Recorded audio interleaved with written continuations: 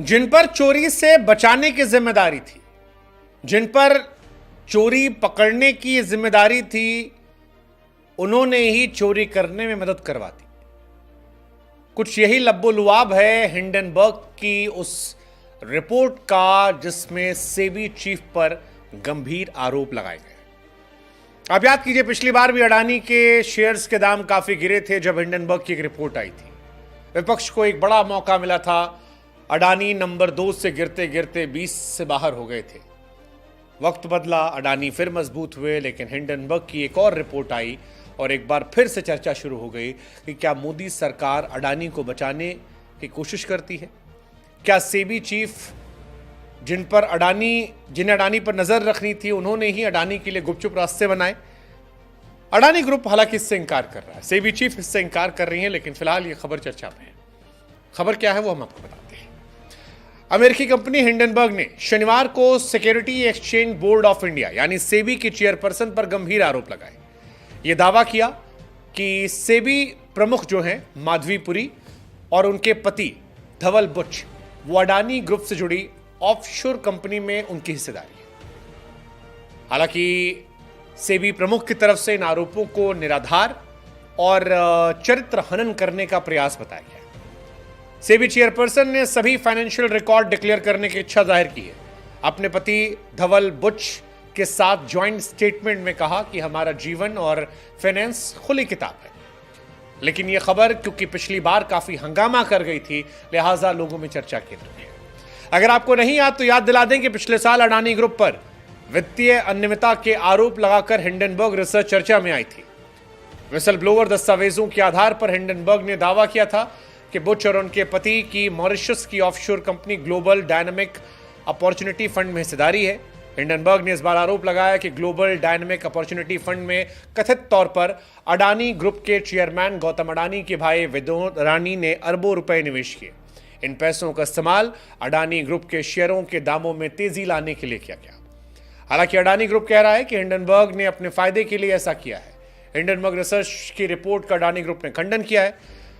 Adani group कहता है कि हिंडनबर्ग ने फायदे के लिए सार्वजनिक रूप से उपलब्ध जानकारी का गलत इस्तेमाल किया। अडानी ग्रुप कहता है कि ये आरोप निराधार साबित हो चुके हैं। सुप्रीम कोर्ट ने 2024 में हिंडनबर्ग के आरोपों को खारिज कर दिया था।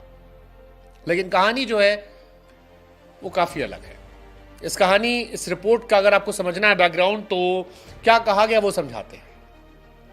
हिंडनबर्ग कहता है कि अडानी ग्रुप पर हमारी रिपोर्ट के लगभग 18 महीने हो गए।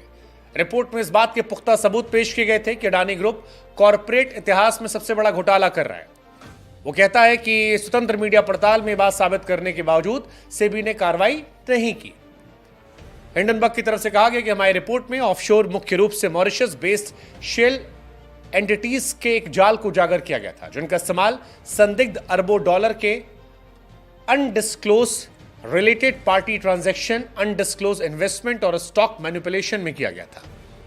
ये सारी जो आरोप है ये अडानी ग्रुप पर लगाए गए और इनके भाई विनोद अडानी पर ये आरोप लगे हैं।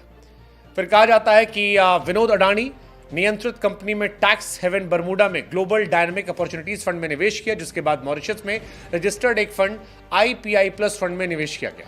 इन आरोपों की पड़ताल का जिम्मा क्योंकि सेबी प्रमुख पर था, लेकिन इसके बावजूद हिंडनबर्ग की रिपोर्ट कहती है कि 27 जून 2024 को उसे ही नोटिस दे दिया गया।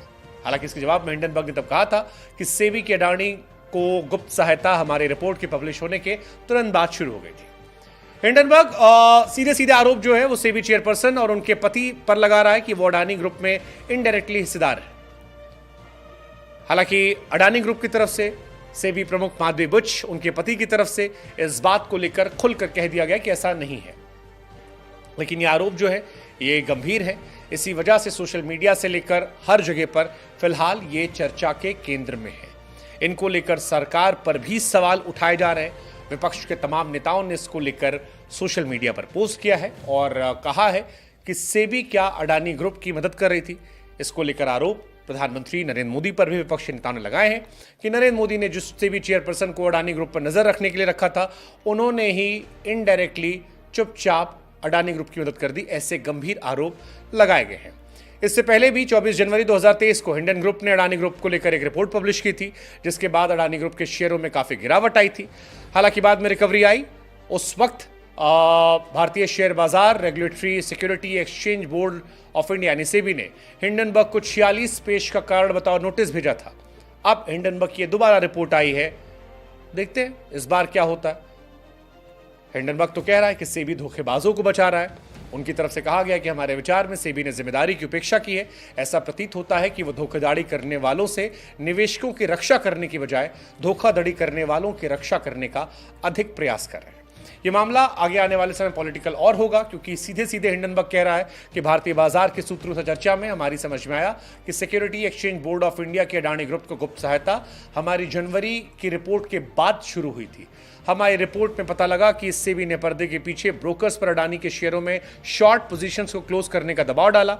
इससे खरीदारी का दबाव बना और महत्वपूर्ण समय में अडानी के शेयरों को मदद मिली। हिंडनबर्ग की रिपोर्ट में यह भी कहा गया कि जब जनता और सुप्रीम कोर्ट इस मामले पर जांच करने दबाव डाला गया, तब से भी लड़खड़ाता हुआ दिखाई पड़ा। शुरुआत में हमारी रिपोर्ट के कई प्रमुख निष्कर्षों से सहमत प्रतीत हुआ। ये सारी बातें कही हैं। इस मामले में आगे क्या होगा, क्या फिर से शेयर बाजार पर इसका असर दिखेगा, ये इंटरेस्टिंग रहने वाला है। लेकिन अडानी ग्रुप को लेकर एक बार फिर खबरें सोशल मीडिया पर लाइमलाइट हैं। ये आगे आने वाले समय में भारतीय सियासत का हिस्सा जरूर बनेगा। इस खबर को लेकर आप क्या सोचते हैं, कमेंट सेक्शन में जरूर बताइएगा।